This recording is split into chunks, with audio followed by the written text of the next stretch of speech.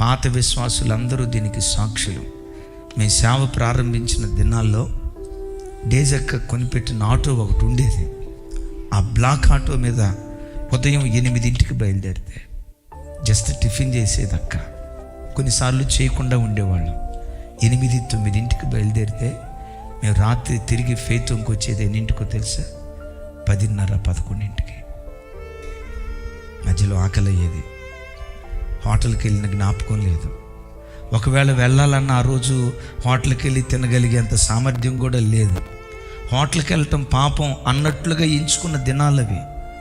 ఉదయం 9ంటికి వెళ్తే మధ్యాహ్నం 1-2 ఆ ప్రాంతంలో షాపూర్లోనూ చింతల్లోనూ జాంకాయలు ఉంటే జాంకాయలు కొనుక్కొని నేను దైవజనురాలు జాంకాయలు తిని పచ్చి మంచినీళ్ళతో మిగిలిపోయిన దినాలు ఉన్నాయి. నిండు యవ్వన వయసు. భోజనం దొరికిందంటే ఆవురావురమంట కడుపు నిండా తినే వయసు. ఈ కడుపు ఎంత కాల్చుకున్నామో. డబ్బున్నా సేవకు అవసరంగా దాన్ని కడుపు చంపుకొని ఎన్ని త్యాగాలు చేసుకున్నామో.